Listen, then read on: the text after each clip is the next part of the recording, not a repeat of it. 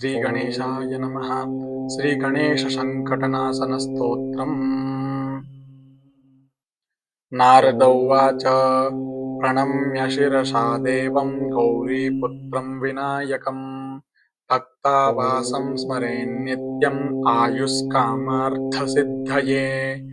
प्रथमं वक्रतुण्डं च एकदन्तं द्वितीयकं तृतीयं कृष्णपिङ्गाक्षं गजवक्त्रं चतुर्थकं लम्बोदरं पञ्चमं च षष्ठं विकटमेव च सप्तमं विघ्नराजेन्द्रं धूम्रवर्णं तथाष्टमं नवमं भालचन्द्रं च दशमं तु विनायकम् एकादशं गणपतिं द्वादशं तु गजाननं द्वादशैतानि नामानि त्रिसन्ध्यः पठेन्नरः न च विघ्नभयं तस्य सर्वसिद्धेकरं परम् विद्यार्थी लभते विद्यां धनार्थी लभते धनम् पुत्रार्थी लभते पुत्रान् मोक्षार्थी लभते गतिम् जपेदगणपतिस्तोत्रं षड्भिर्मासैः फलं लभेत् संवत्सरेण सिद्धिं च लभते नात्र संशयः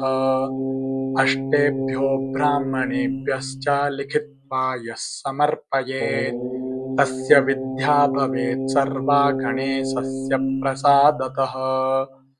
इति श्रीनारदपुराणे सङ्कटनाशनगणेशस्तोत्रं सम्पूर्णम्।